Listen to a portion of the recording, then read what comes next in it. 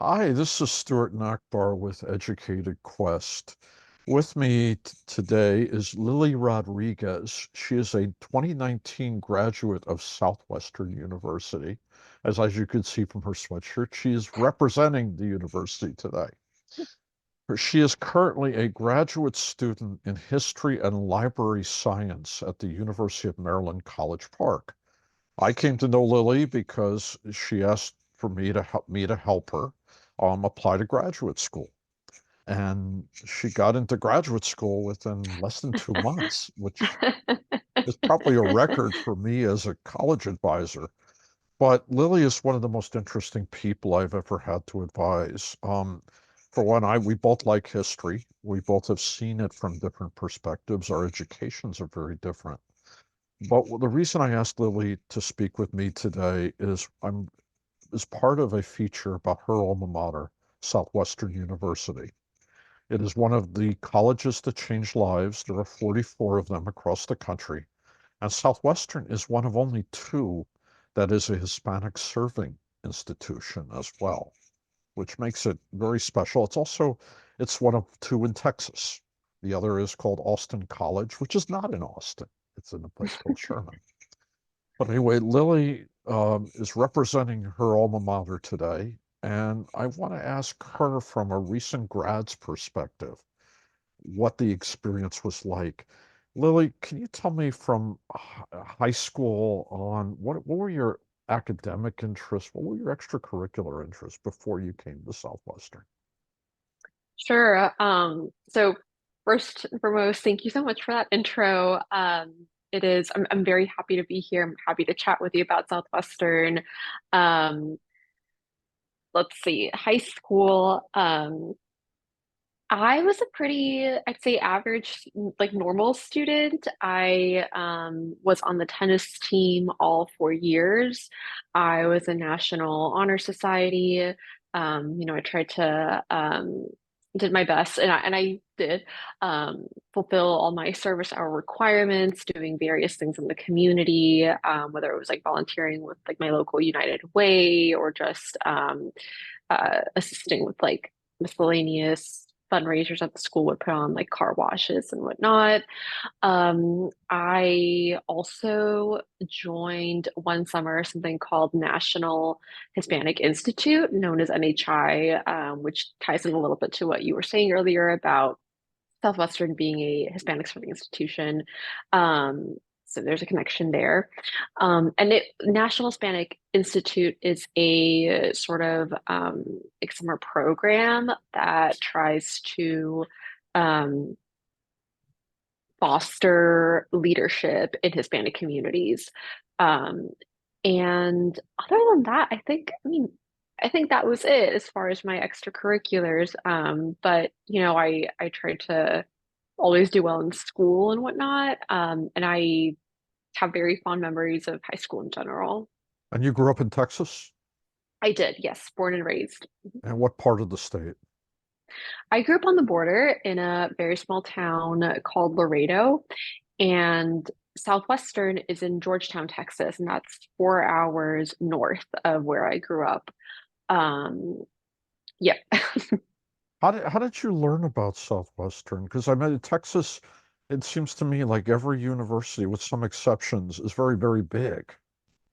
Yes, you are eminently correct. Everyone's heard of College Station, UT, Texas State. And I personally had never heard of Southwestern until I was in high school. I learned about it through an acquaintance who was in my grade, and we'd been prior to high school. I was in a public high school, and prior to that, I had been in a private Catholic school for kinder elementary and middle school, so a total of 9 years. And this particular young lady, she'd been in the same private school as I had been all those years. And now we were in the same public school. And she had an older sister that was 3 years ahead of us, and she was going to Southwestern. So that's how I learned about it. But when I learned about it, it didn't really like it didn't mean anything per se because we were freshmen at the time, and her sister was a senior. It wasn't until we were seniors and I was perusing universities in Texas that I remembered, hey, there's this university that I've never really heard of before until that one time when this one person mentioned it. Let me look it up. And that's how the rest is history. If you hadn't run into that person, would you have been a Texas Longhorn or an A&M Aggie or something else? I don't think so. I like to believe that I would have found it eventually. I don't know if I would have, but I certainly was not inclined from the very beginning to attend the big Texas public school. So I don't think I would have ended up there anyway. And what led you to come? What led you to say yes? Sure. So just back to what I was saying earlier about having grown up in this really small private school environment and then all of a sudden having to switch over to massive public high school, which that was like the only option in Laredo. There were just five or six public high schools in the whole city. So like you had to go to one. Basically, I yearned to go back to that environment. I really missed being in a place where you weren't just a number and where the professors knew your name and where you knew almost the entire student body. And even if you didn't know them, you at least identified their faces. Like they seemed, you knew who they were per se, walking around campus. And I really missed that like tight-knit community. And I knew that's what I wanted to go back to at the college level. So um, that's the sort of criteria I used when it came to filtering for schools. I was strictly looking for schools that had small populations and were private, regardless of their whether they had a religious affiliation or not. Did you get to visit before you applied? I did, yes. I booked a tour ahead of time. I went with my parents. It was a small group of other students with their parents. I don't think we were more than nine people. Um, and it was, um, I want to say it was in the spring of junior year, actually. So I wasn't quite a senior yet. But and it was the last tour that I did actually of all the schools I toured. And I immediately felt like right at home. I really liked the campus. I thought it was really green and really homey and cozy. Really liked the library. But always been a lifelong reader, and I knew I would spend a lot of time there. So I was like, I really have to like the library. If I don't like the library, we have a problem. Um, but but yes, no, I think after the tour, I definitely knew it was like the top contender. And what were you decide to go, Yes, and what was the biggest surprise to you at the start? Socially, academically, anything, anything. What was the sure. biggest surprise to you? I think socially, so Southwestern has Greek life. There are four fraternities and four sororities. Um, And Greek life was not something that I ever thought I would join, or I only joined one for about a month, so I don't know if that counts. But my point is that I sort of associated the idea of Greek life with these massive mansions that are generally found in what are called like Greek row in big public universities. And it's kind of like what you see in the film Legally Blonde, just like 50, 60 people living in the same house. There's like, it's two stories and it's just madness. So this was not at all the Greek life of Southwestern. I mean, there's the same process of like rushing and like community and the letters and the sisterhood and all this stuff. But I think that a lot of people that like all the sororities, like even though there's a superficial like rivalries and whatnot, like everyone was genuinely like really nice and really friendly and on good terms with each other. And um, definitely a lot of people, I think, that rushed, including myself at the time, like would not are not people that would have done so in a traditional Greek life setting in a bigger university. Like, for lack of a better way to put it, uh, a lot of the people that end up going to Greek life are not necessarily the stereotypical like frat boys or sorority girls. And I think that makes for a very like welcoming environment. It helps people like, break a little bit of stereotypes and open, um, like just be more open to other ideas and open to other ways of meeting people, through Greek life than they otherwise would. And with Greek life, when a fraternity has a party, is everyone invited, or is it girls, Greeks, and guests? So it definitely is. Well, some of them are invite only. There are others that are like there's Sig. It's for Sigma, and I don't remember the rest of the the fraternity's name, but they throw like an annual or did, I don't know if they still do. I hope they do, like an annual Halloween party, and like everyone on campus just goes, and it's a really again, like safe, healthy environments, especially compared to what you hear about bigger universities and like what happens um, in in the Greek life environment. So, but barring big events like that, yeah, they tend to be like invite only, or if like someone who is a member of that sorority or frat, then you can go as like their plus one. Now, you eventually did decided not to go through the pledge process. Um, Yes, aside from you traveled abroad, I think, during your education, right? I did. Mhm. Aside from the time you traveled abroad, did you live on campus the whole time? I did. I lived on campus all 4 years. So Southwestern makes you live on campus the first 2 years. Most schools, regardless of whether they're private or public, generally, my understanding is that they make you just live on campus as a freshman. But Southwestern makes you do 2 years. And then those are both like dorm options, like dorm facilities. And then for juniors and seniors, like the upperclassmen, they do have um, on-campus apartments. So I just like didn't really see a need to go off campus. Again, I liked where I lived. I liked the community. I think if I would have gone off campus, I would have felt a little bit more disconnected. Are the Also, I didn't friend have are go the ahead. friends that you made are some of them friends you made from the very beginning? Um, no, I definitely would say that freshman year, I didn't have like a defined or tight-knit friend group. I just was kind of friends with just random people from all over campus. But the second year, yes, that's when I became friends with people that even today are still some of my closest friends, and I can't imagine life without them, and I keep up with them on a daily basis. And yeah, And and did you know what your major was going to be when you came in? not when I went in, I had an inkling. But I very quickly, like within my first semester of being a Southwestern, I knew that I wanted to be a history major. Mhm. And did you work with academic advisors, like to plan out a curriculum?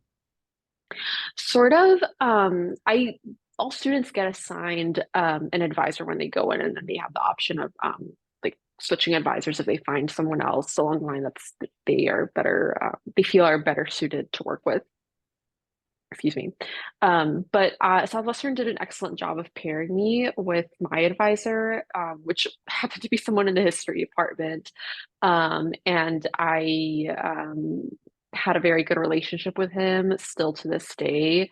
And he certainly, I think, helped me confirm that that's where my heart was in the history field.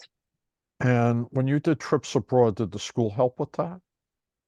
Yes, I the study abroad program I did was for my third year, going into my fourth year, and it was to Morocco.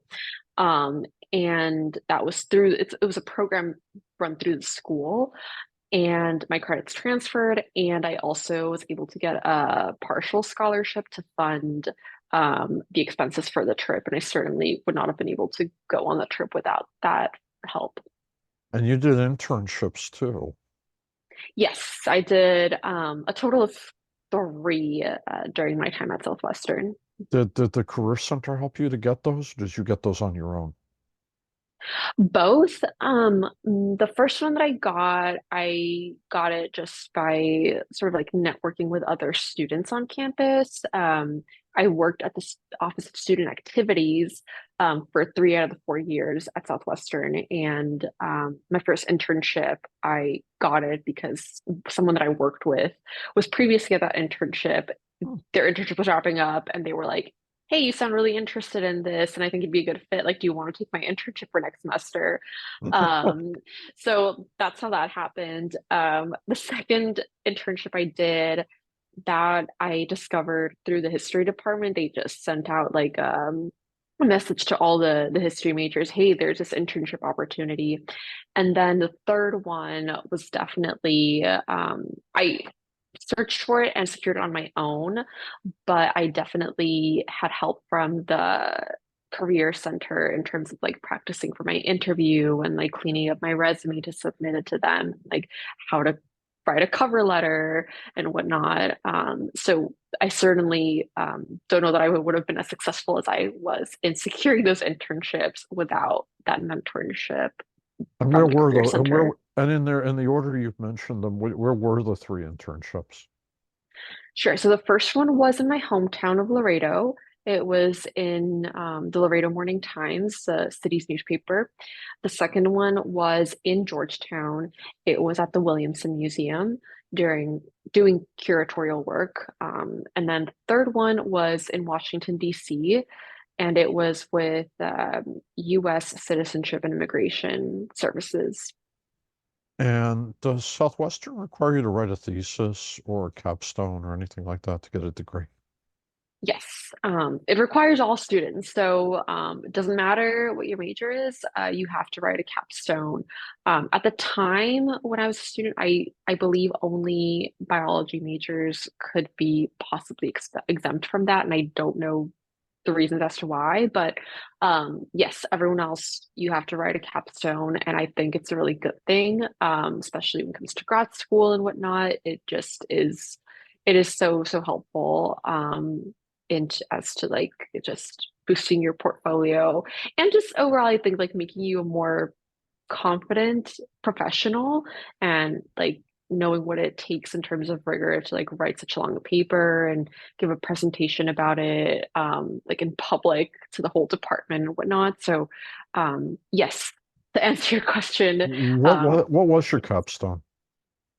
my capstone was on a device called the artificial heart. So, just studying like the history of science and more niche, the history of medicine, due to like organ shortages worldwide. In the 60s, in the 1960s here in the US, there was a device that basically was created to emulate like a heart. So if someone needed a heart transplant and there was like no hearts available for the transplant, they would get this machine implanted into them. They were invented in Houston, weren't they? Houston and Utah. Oh, okay, okay. Because I heard about DeBakey, Dr. DeBakey. Yes, yes, he was a central actor for that. Definitely. And was the idea to just explain the situation at the time, why artificial hearts came about, or were there ethical issues and things? What were the things you wanted to raise?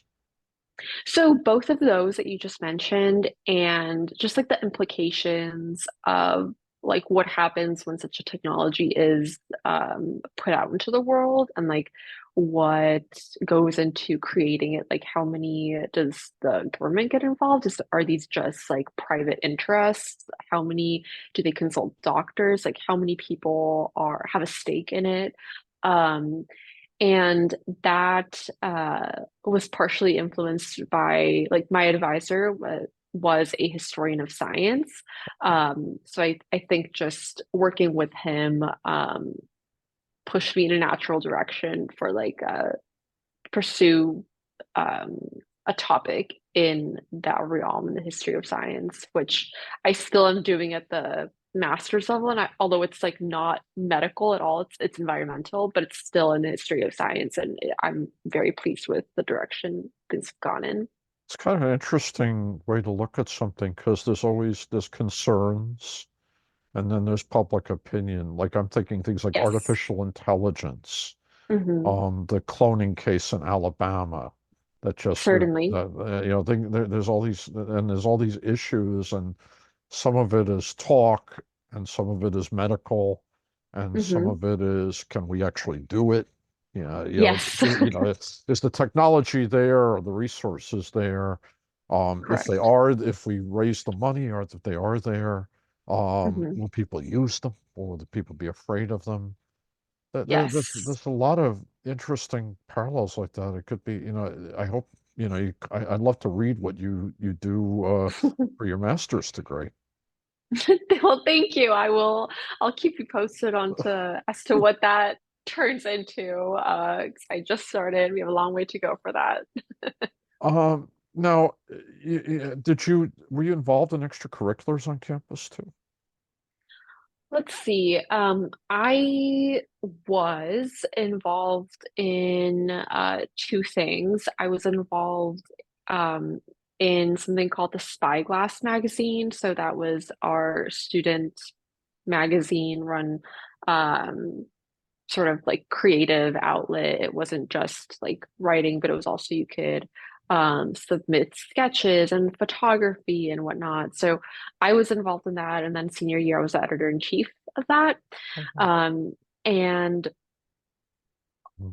I think other than that, for 3 years, I was part of something called I was in a leadership organization. His name is escaping me. Um, but yes, those were the two things that I was involved in. Now, with you're in this school, um, how long did it take for you to find your first job between earning your degree and going to work? Yeah, so that took much longer than I would have wanted. I didn't find my first job until a little over a year after I'd graduated. And of course, this is in large part due to like the pandemic, like the 2020 pandemic, just disrupting everyone's lives. Um, so I graduated in May and I didn't find a full-time job until July or August of the following year. Yeah, and the pandemic, because the pandemic cut in around February, March, and I guess. Yes. So I didn't start job hunting until like November of when I graduated. After I graduated, I enrolled in a summer intensive language program at UT that didn't end until August. Okay. So it wasn't like I just graduated and then I was just at home, like watching TV or just, traveling and stuff, which are traveling is great. But I didn't do those things. So like November came around and I'd been job searching to like through February and I had gotten a couple of interviews and whatnot, but then with the pandemic in March, like just hiring plummeted. There were like no openings anywhere. That was tough. Now, the capstone, if someone is like a music major, can it be an original composition? Or if they're an English major, could it be a play or a novel that they write? Or does it have to be academically based with research? I am not privy to that. Okay. Honestly, I didn't have any friends that were like music majors and I could be like, hey, I remember their capstone, this is what it looked like. So I don't want to give you false information. I genuinely don't know. It's possible. I'm not sure. That's okay. Mhm. You presented your capstone to the history department, right? Yes. Mhm. And is that and people your friends who you knew had capstones, they presented them to their academic departments too. Correct. Yes. Is there like some day of research where you might see what people in other majors did as a capstone?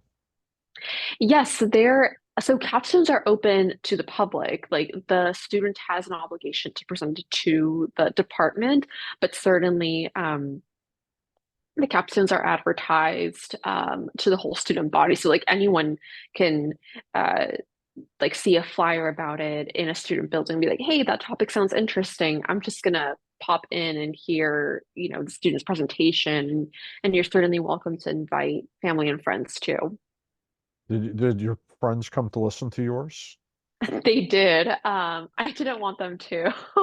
I was very shy and I was like, oh no, Mm. I don't want them to see me, but they did and they cheered me on and it was nice. I'm glad they went after all. If you were to be, if you were to advise your younger self who would be about to look at colleges, what would you advise her? I would advise her to not waste her time looking at bigger universities just because like I in hindsight I feel like I looked at them out of um they're just such a big presence across the state and like so many people are going to them but like that wasn't again where my heart was and I can confirm that now just looking back. So I would say I definitely think I made the right choice. And I never looked out of state. So maybe I would encourage my younger self to look for similar schools as Southwestern out of state. I don't know, that would have made a difference, but yeah, that's what I think I would. And last question, Mhm. who do you think, total strangers, people you don't know, who do you think would be happiest at Southwestern versus, let's say, another small college? Okay.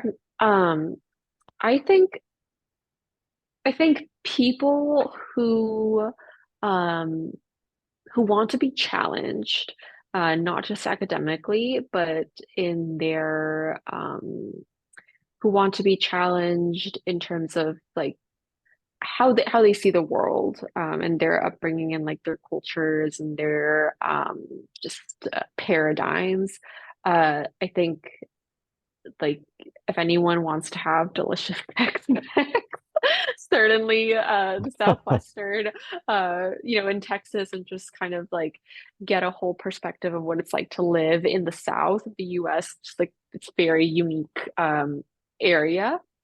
Um, but I think people who just, want to be on a first name basis with their peers and their professors and who want to get a real bang for their buck, just like the investment is absolutely worth it. Lily, thank you for spending this time with me. I enjoyed talking with you again. Of course, likewise to you. Thank you.